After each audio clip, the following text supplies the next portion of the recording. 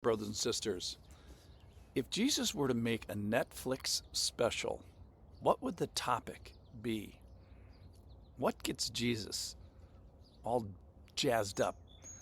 We're going to look in Matthew chapter 8 to get the answer. We've been studying this little passage about a centurion. Now, he's a guy who understands authority.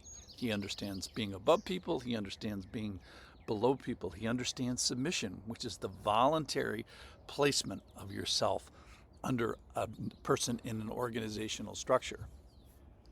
Now, there's something that charms Jesus in the story, and I want you to watch for it as we read it here.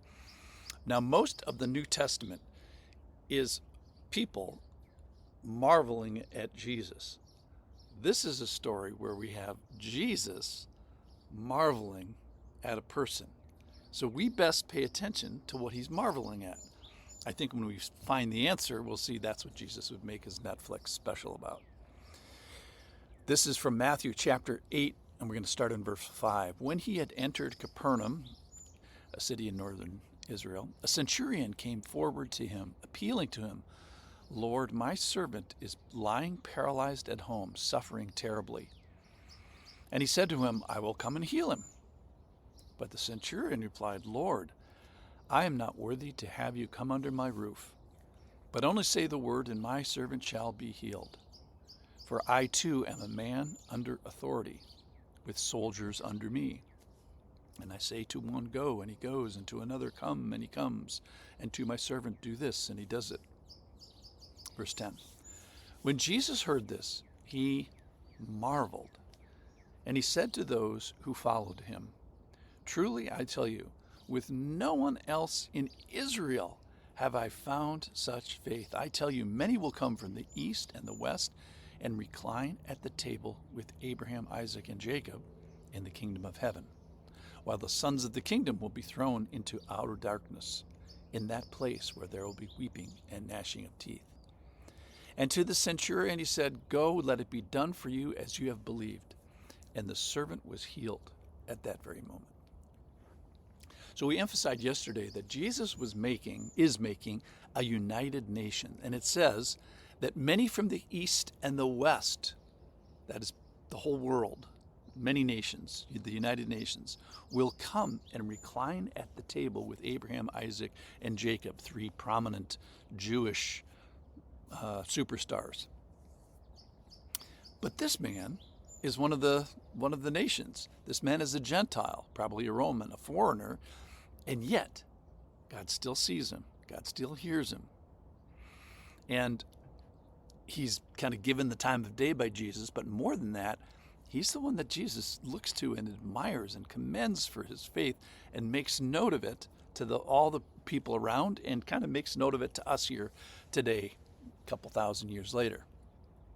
So here we get this marveling from Jesus. And what does he marvel at? Well, it is his faith. So faith is this trust in the person of God before the promises, before the payoff happens, before we can see the end.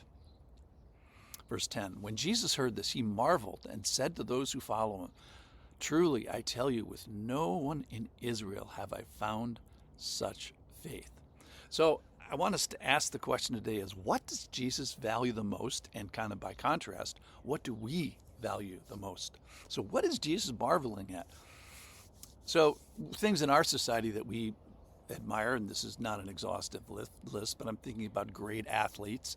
You know, when we used to have newspapers, there was an entire section, usually section 3 of a newspaper, entirely devoted to admiring this aspect of a person's life, how fast they could run and jump and hit a baseball and catch a football.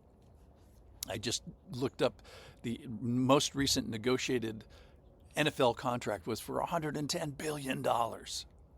So that's one thing we admire. And we also admire political power and influence and military power.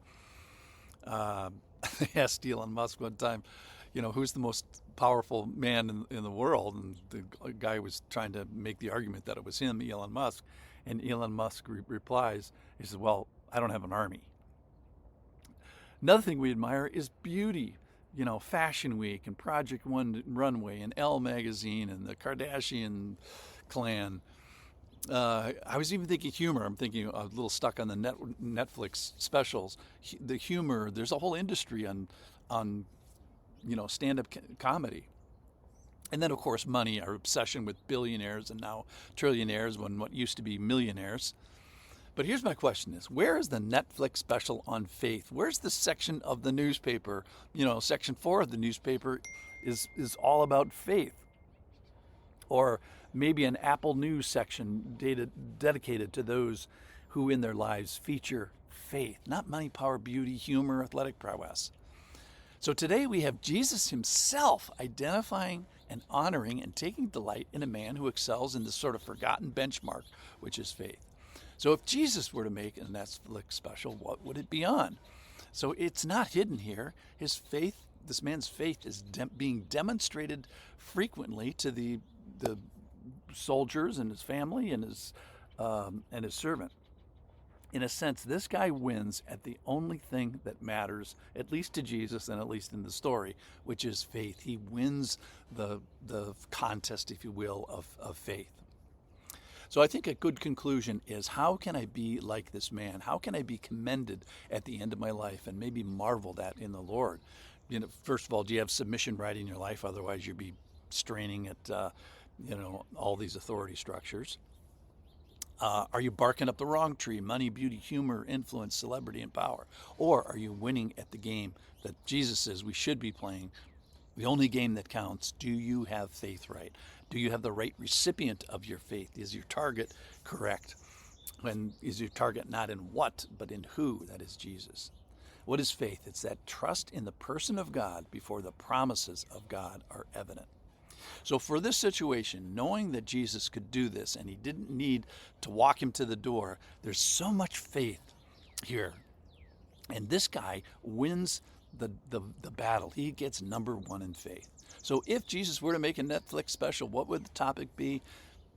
He loves people, probably would be a person. What kind of a person? Is it going to be the beautiful or the politically powerful? No, it's going to be the one who has faith. So the centurion would be on Jesus' cable show. Thanks for watching.